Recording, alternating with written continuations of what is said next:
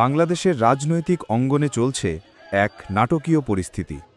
টানা ১২৩ ঘণ্টা অনশন শেষে এখন মারাত্মকভাবে অসুস্থ হয়ে পড়েছেন আমজনতার দলের সদস্য সচিব তারেক রহমান। নিজের দাবিগুলো বাস্তবায়নের উদ্দেশ্যে তিনি রাজধানীতে দলীয় কার্যালয়ের সামনে বসে অনশন কর্মসূচি শুরু করেছিলেন। শুরুতে অনেকেই ভাবেন এটি কয়েক ঘণ্টার একটি প্রতীকী অনশন হবে, কিন্তু ঘণ্টার পর ঘণ্টা, দিন পেরিয়ে রাত, রাত পেরিয়ে আবার দিন, এভাবেই ১২৩ ঘণ্টা পেরিয়ে যায়। আর এই দীর্ঘ সময়ে তারেক রহমানের শারীরিক অবস্থার দ্রুত অবনতি ঘটতে থাকে। চিকিৎসকরা জানিয়েছেন, এত দীর্ঘ সময় অনশন করলে শরীরে মারাত্মক পানিশূন্যতা দেখা দেয়, রক্তচাপ কমে যায় এবং অঙ্গপ্রত্যঙ্গ বিকল হওয়ার ঝুঁকি থাকে।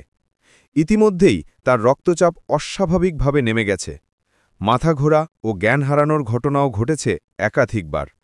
অনশনের শুরু থেকেই চিকিৎসক ও সহকর্মীরা তাকে পানি ও গ্লুকোজ গ্রহণের পরামর্শ দিলেও তিনি তা প্রত্যাখ্যান করেন। দলের নেতাকর্মীরা উদ্বিগ্ন চোখে তার পাশে বসে থাকলেও তিনি অনড় ছিলেন নিজের সিদ্ধান্তে। তারেক রহমানের এক ঘনিষ্ঠ সহকর্মী জানান, এই আন্দোলন তার কাছে শুধু একটি রাজনৈতিক কর্মসূচি নয়, বরং এটি ন্যায় ও অধিকার প্রতিষ্ঠার লড়াই। তিনি বলেছিলেন, আমরা আমাদের জনগণের ন্যায্য দাবি না পাওয়া পর্যন্ত কোনোভাবেই এই আন্দোলন থামাব না।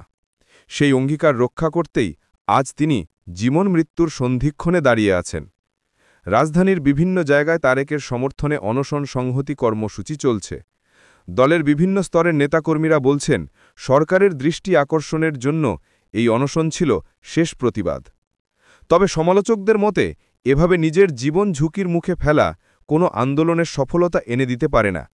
অন্যদিকে সরকার পক্ষ থেকে জানানো হয়েছে, তারা ঘটনাটি নিবিড়ভাবে পর্যবেক্ষণ করছে এবং যে কোনো আইনশৃঙ্খলা পরিস্থিতির অবনতি ঘটলে কঠোর ব্যবস্থা নেওয়া হবে। এদিকে সামাজিক যোগাযোগ মাধ্যমে তারেক রহমানের অনশন নিয়ে ব্যাপক আলোচনা চলছে। অনেকে তার সাহস ও দৃঢ়তাকে প্রশংসা করছেন, আবার কেউ কেউ উদ্বেগ প্রকাশ করছেন তার জীবন নিয়ে। চিকিৎসকরা বলছেন, অবিলম্বে যদি তিনি অনশন না ভাঙেন তাহলে যে কোনো সময় অঘটন ঘটতে পারে। রাজধানীর হাসপাতাল এলাকায় আজ সকাল থেকে সাংবাদিকদের ভিড় বেড়েছে। অনেকে হাসপাতালের সামনে অবস্থান নিয়ে খবর সংগ্রহ করছেন। অন্যদিকে তারেক রহমানের পরিবারের পক্ষ থেকে বলা হয়েছে, তারা তার অনশন ভাঙাতে চেষ্টা চালাচ্ছেন, কিন্তু তিনি এখনও নিজের দাবিতে অনড়। তারেক রহমানের ঘনিষ্ঠ সূত্র জানিয়েছে, তার বক্তব্য ছিল, আমার শরীর হয়তো ভেঙে যাবে, কিন্তু মনোবল ভাঙবে না। আমি জনগণের পক্ষে আছি, এই অবস্থান থেকে সরে আসব না। বাংলাদেশের এই অবস্থা নিয়ে দেশ জুড়ে চলছে উদ্বেগ ও আলোচনার ঝড়।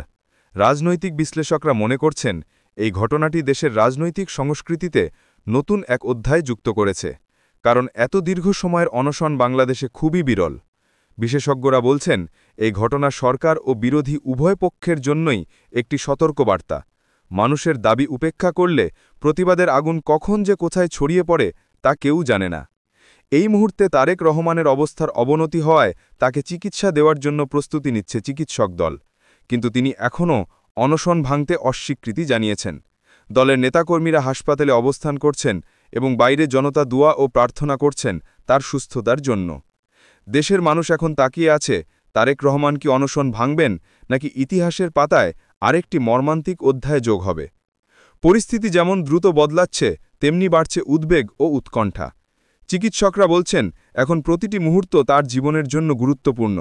সবাই চায় তিনি সুস্থ হয়ে ওঠেন এবং একটি পজিটিভ সমাধান বেরিয়ে আসুক এই অচল অবস্থা থেকে। এখন সময়ের দাবি সংলাপ ও সমঝোতার মাধ্যমে সমাধান খোঁজা, কারণ কোনো রাজনৈতিক দাবি বা প্রতিবাদী মানুষের জীবনের চেয়ে বড় হতে পারে না। দেশের মানুষ চায় শান্তি, চায় স্থিতিশীলতা, চায় ন্যায়ের পথে এগিয়ে যাওয়া। বিডি নিউজ ১৯৭১, সত্যের সন্ধানে, সময়ের সাথে।